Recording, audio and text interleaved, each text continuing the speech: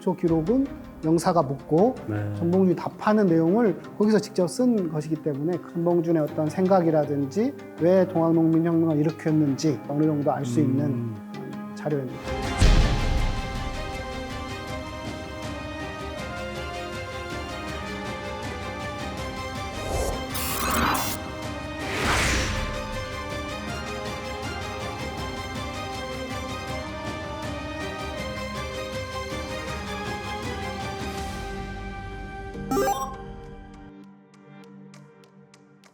너는 평소에 어떤 학문을 했는가? 공맹의 학문을 했다. 동학에는 언제부터 관계했는가? 3년 전부터 관계했다.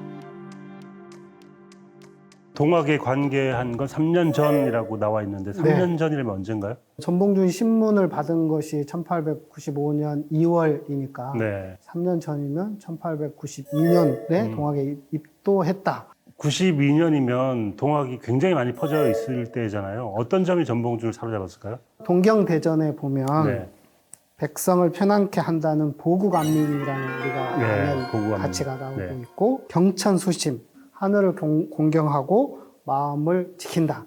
그런 내용이 있는데 이제 이런 부분에 대해서 전봉준이 감동을 받았다. 이렇게 공초에 나오거든요. 동학이 가지고 있는 여러 사상적 내용 중에 가장 어떤 의미가 있는 것이 뭐냐면 저는 평등이라고 생각합니다. 네. 굉장히 중요한 부분이었을 것이고 전봉준이 동학을 진짜 종교로서 받아들였느냐 받아들이지 않았느냐 하는 부분은 대단히 논쟁적인 부분입니다. 어떤 학자들은 전봉준이 접주였기 때문에 네. 동학 교도가 분명하다 네. 이렇게 주장하는 사람도 있고 어떤 경우에는 전봉준은 동학을 자기의 어떤 목표를 실행하기 위해서 그것들을 좀 이용하는 측면이 강했다. 물론 동학에 대해서는 긍정적으로 생각하고 좋게 받아들였지만 거기에 실제 동학 교도로서 생각하는 것은 좀 다른 문제다. 이런 해석이 양립하고 있습니다. 하나는 믿음으로서의 종교적인 동학이 있고 하나는 도구로서 칼로서의 동학 같은 게 있잖아요. 네. 믿음으로서의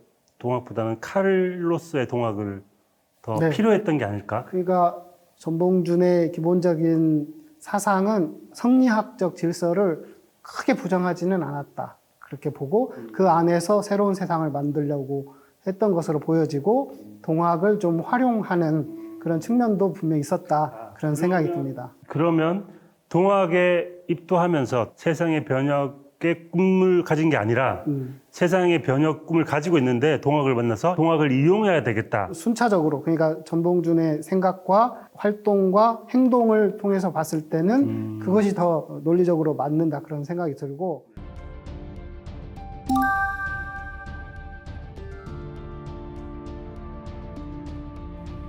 너는 해를 입음이 없는데 기포함은 무슨 연고인가? 한 몸의 해를 풀기 위해 기포함이 어찌 남자의 일이 되리요? 중민이 원통해하고 한탄하는 까닭에 백성을 위해 해를 제거하고자 했다. 기포할 때 네가 어찌 주모가 되었느냐? 중민이 모두 나를 추대해 주모를 하라 하기에 중민의 말에 따랐다. 중민이 너에게 주모를 하라 할 때 너의 집에 왔더냐? 중민 수천 명이 나의 집 근처에 모두 모인 거로 자연스레 된 일이다. 수천 명의 중민이 무슨 까닭으로 너를 추대해 주모로 하게 했느냐?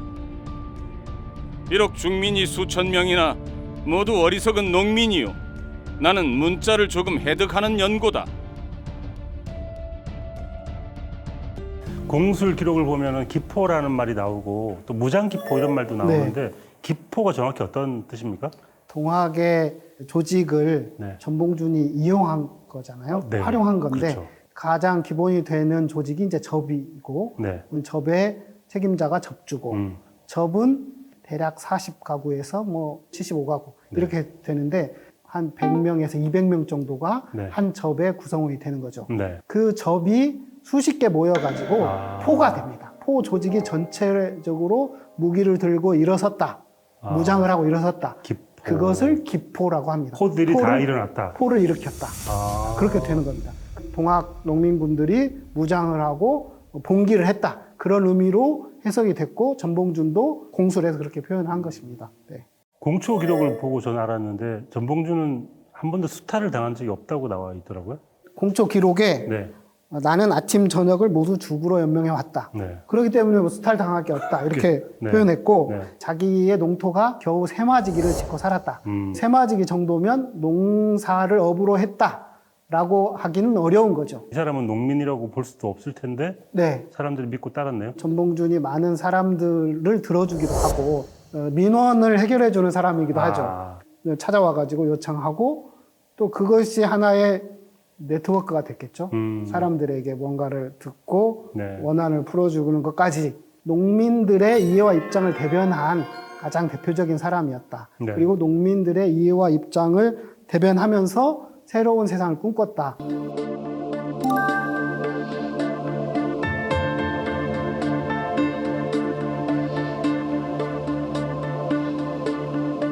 송이옥이라는 자를 아는가?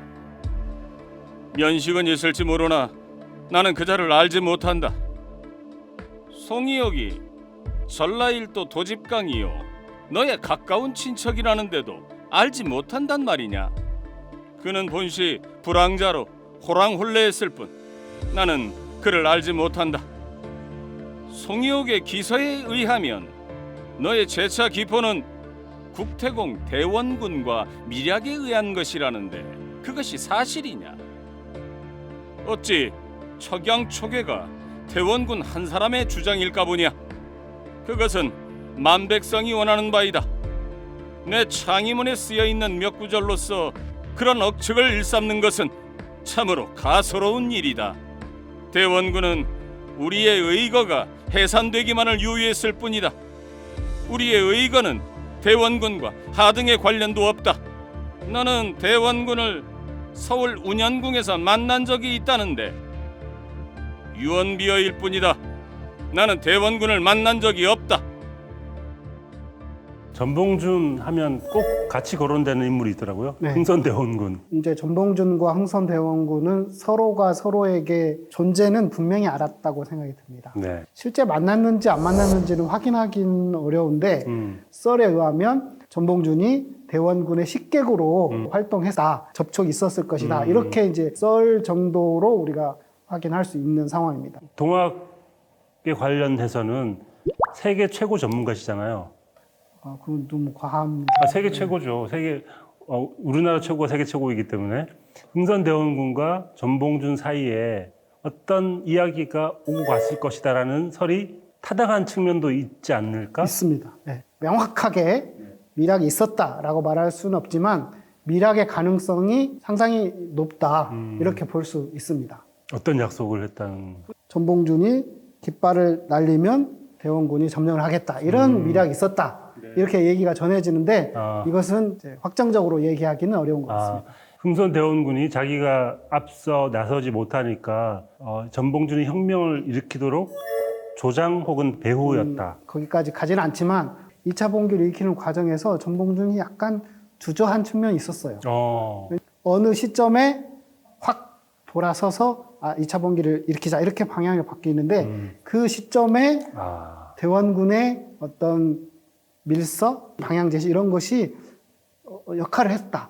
그럼 이 신문에서 흥선대원군을 아느냐 모르느냐 물어봤을 때 네. 같이 함께 뜻을 했던 사람이기 때문에 지켜주고자 했던 측면일 수도 있지 않을까? 그런 측면이 많았고 네. 이제 그걸 얘기하기 시작하면 그와 관계된 많은 농민군들에 관한 이야기가 계속 드러나야 되잖아요. 네. 누구를 만났는지, 언제, 어디서, 어떤 과정, 전봉준이 의도하지 않은 방향으로 가게 되고 그것이 조선 정치 내부에 좋지 않은 흐름으로 가겠다 이렇게 판단한 것 아닌가 네. 그런 생각이 듭니다. 근데 이렇게 집착을 하는 이유가 뭐죠? 두 사람이 알고 모르고가 굉장히 큰 영향을 미친다는. 대원군이 아직 정치적인 영향이 있었는데 대원군을 축출하고자 하는 의도가 있었고 네. 일본이 알았다면 그걸 활용했겠죠. 그러한 상황에서 전봉준이 숨기려고 한 것 아닌가. 그럼 반대로 흥선대원군의 입장은 어떤 자기의 권력 의지를 실현하려고 하는 것 아니었나. 이 민비를 상대하려면 농민군의 힘을 빌려야 한다라는 그렇죠. 생각이 그건 컸겠죠? 컸겠죠. 당연히 생각했겠죠. 근데 그걸 일단 빌리려고 했던 것 자체가 일단 노예한 정치인의 생각이다. 순수성에 있어서는 많은 점수를 주고 싶지는 않았다. 흥선대원군이 그 이후에 어떤 취했던 액션 같은 게 있습니까? 농민군들에게 봉기를 일으키는 그런 부분들의 시그널을 줬을 때 농민군들이 일어났지만 네. 유생들에게도 똑같이 했거든요. 흥선대원군을 따르지 않았기 때문에 큰 흐름으로까지 연결되지는 못했고 그 네. 이후로 흥선대원군의 어떤 정치적 영향력 그것은 급속하게 이제 약화됐던 것이죠.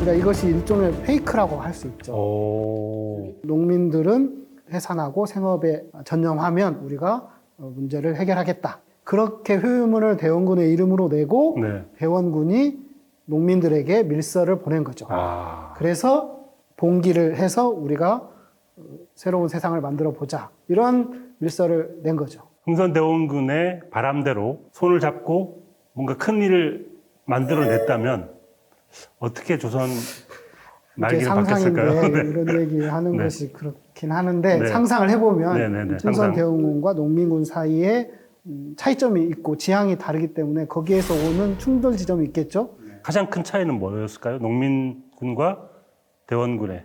대원군에 있어서의 추구하는 것은 본인이 권력을 잡고 무언가를 하고자 하는 것이었고 사적 권력을 추구했던 거죠. 그렇죠. 네. 농민군의 입장은 다 같이 잘하는 그런 세상을 만드는 것이 목적이었기 때문에 궁극적인 목표 지향에 있어서는 같다 이렇게 말하기는 어려운 것 같습니다. 만약에 전봉준이 잘 풀어나간다면 새로운 세상으로 갈 수 있지 않았을까. 윈윈 예. 할 수 있는. 지금 이런 상상을 자꾸 하다 보니까 대원군과 어떤 관계를 유지하든지 간에 실패한 것보다는 훨씬 나은 역사가 쓰여지지 않았을까 그렇죠. 라는 생각을 해보게 되어서 더욱더 마음이 착잡해지네요. 네. 네 감히 도당을 불러 모아 난리를 지은 자라.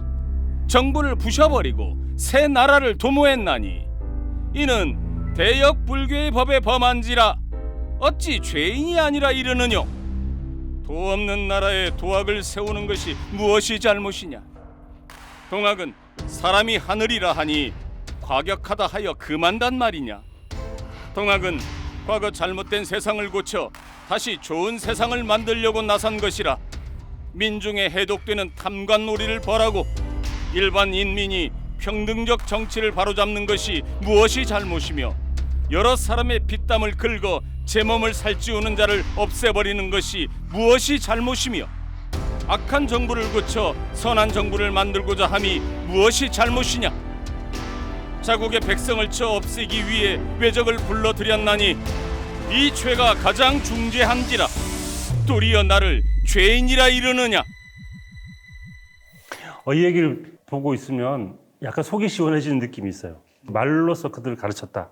그런 생각이 들거든요. 조선 사회 질서를 다시 개편하고 외세를 배격하고 그래서 모든 사람들이 다 잘 사는 세상을 만들고자 하는 분명한 목표와 지향이 있었다라고 하는 것을 이 공초의 내용을 통해서 표현해 주는 것 아닌가 싶습니다. 제가 글 쓰는 사람 입장에서 글 쓰다 보면 약간 좀 과장하고 싶은 대목이 있거든요.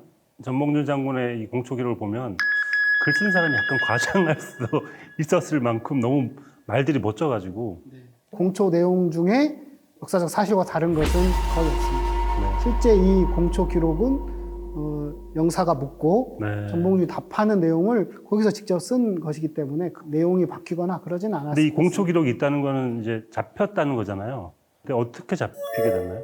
우금치 전투가 끝나고 네네. 남하하는 과정에서 전봉준 장군이 선언을 합니다.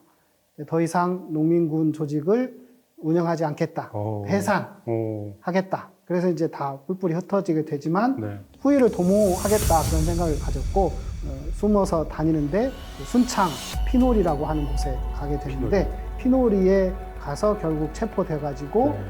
서울로 압송되게 되는 신문을 받고 재판을 받고 그렇게 됩니다. 이런 그 지도자들이 잡히는 과정을 보면 뭐 동지들의 배신 혹은 누군가의 밀고 네. 이런 걸로 잡히게 되잖아요.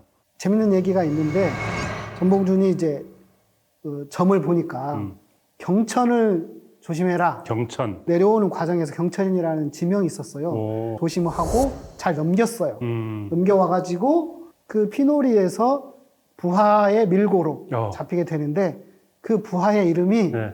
경천입니다.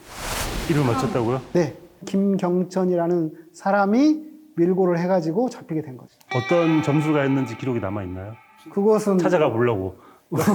사람 이름까지 경천을 맞출 정도면 엄청나게 신묘한 점술가인 거잖아요. 제가 보기엔 지금도 살아 계시지 않을까, 이 정도시면은.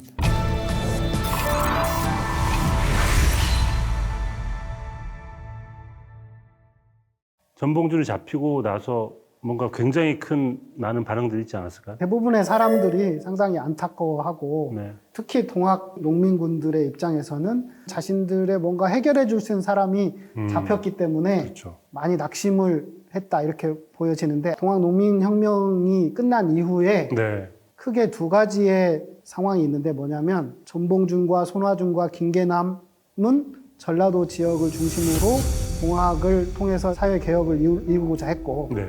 그 모든 지도자들은 동학농민혁명 직후에 다 죽게 됩니다. 네. 또 한 부류의 세력은 동학교단이었잖아요. 네. 최시영과 손병희와 그 밖에 지도자들이 있는데 동학교단의 사람들은 다 살아남았습니다. 손병희, 최시영 빼고 나머지 지도자들은 다 살아남아가지고 천도교로 바뀌면서 그 조직을 유지하게 되는 거죠. 특별한 이유가 있나요? 전라도 개혁 세력들의 목표는 지금 살고 있는 이 세상을 바꾸고자 하는 것이었고 더 이상 희망이 없기 때문에 자신들은 더 이상 존재할 이유가 없었던 것이죠. 동학교단은 종교로서 계속 유지하는 것이었기 때문에 계속 남아있어야 되는 이유가 있는 거죠. 정부 입장에서도 종교로서의 동학에 참여했던 사람은 타깃이 아니었던 거군요. 그렇죠. 그들은 뭐 붙잡으려고 하지도 굳이. 않았고, 예.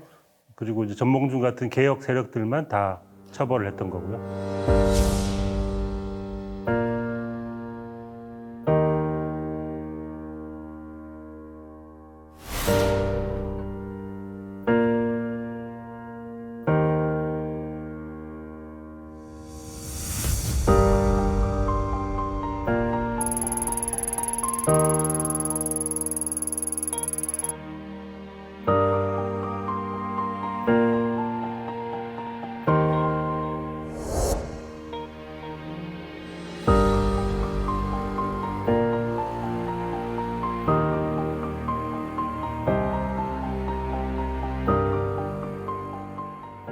이제 사형을 당한 거잖아요. 네.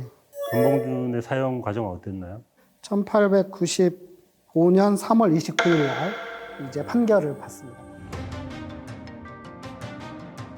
대전 회통의 형전에 군복을 입고 말을 타며 관문에서 변란을 일으킨 자는 때를 기다리지 않고 바로 목을 베라고 하는 형률에 비추어 처벌할 것이다. 피고 전봉준을 사형에 처한다. 1895년 3월 29일 날 받아서 판결을 받고 다음 날 새벽 2시에 교수형에 처해지게 됩니다. 왠지 전봉준을 교수형을 시킨다는 소식이 알려지면 전봉준을 구하려는 세력도 있지 않았을까요? 그렇게 충분히 예상됐기 때문에 원래는 재판을 한 번 더 받아야 되는데 네. 위험하잖아요. 네.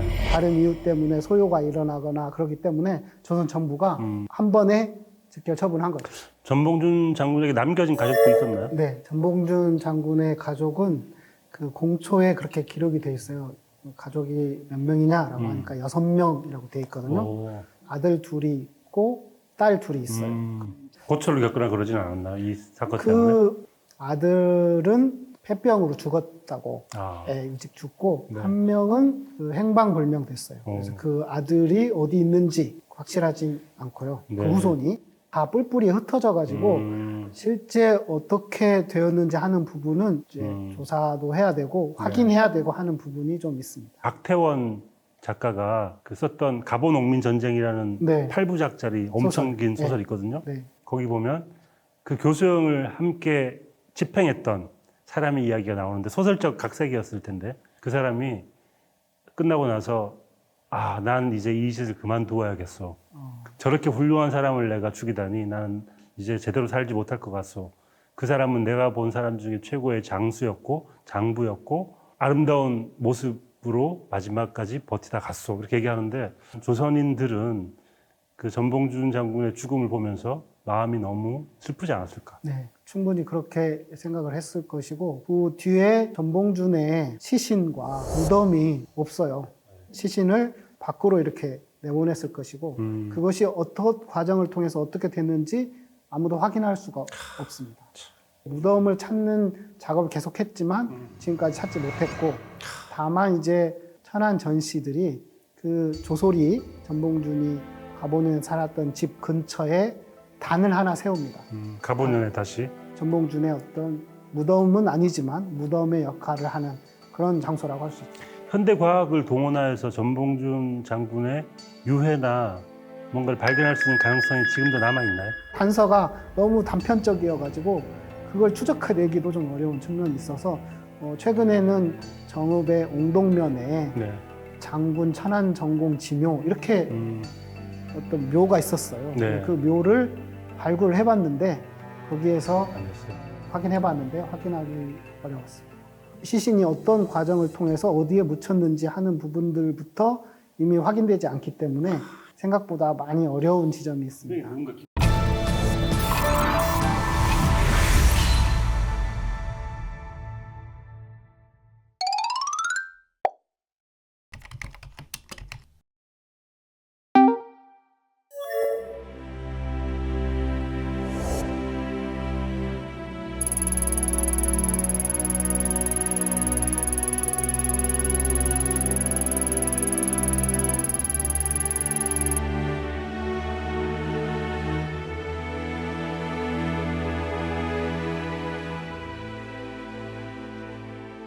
광화문에 가면 동상이 두 분 계시잖아요. 네. 세종대왕이 있고 이수신 장군이 있고 네.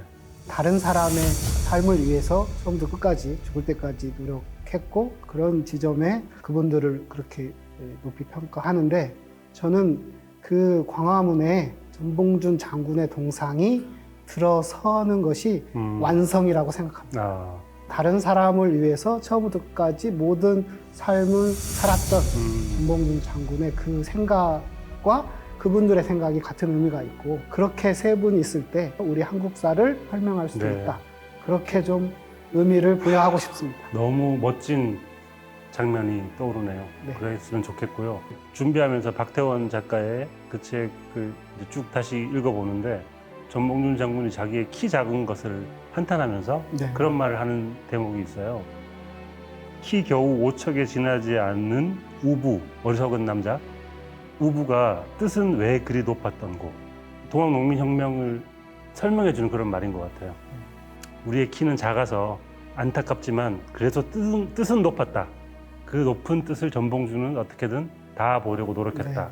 좀 슬프기도 하지만 한편은 우리가 꼭 자랑스러워해야 할 그런 역사라는 생각도 들더라고요.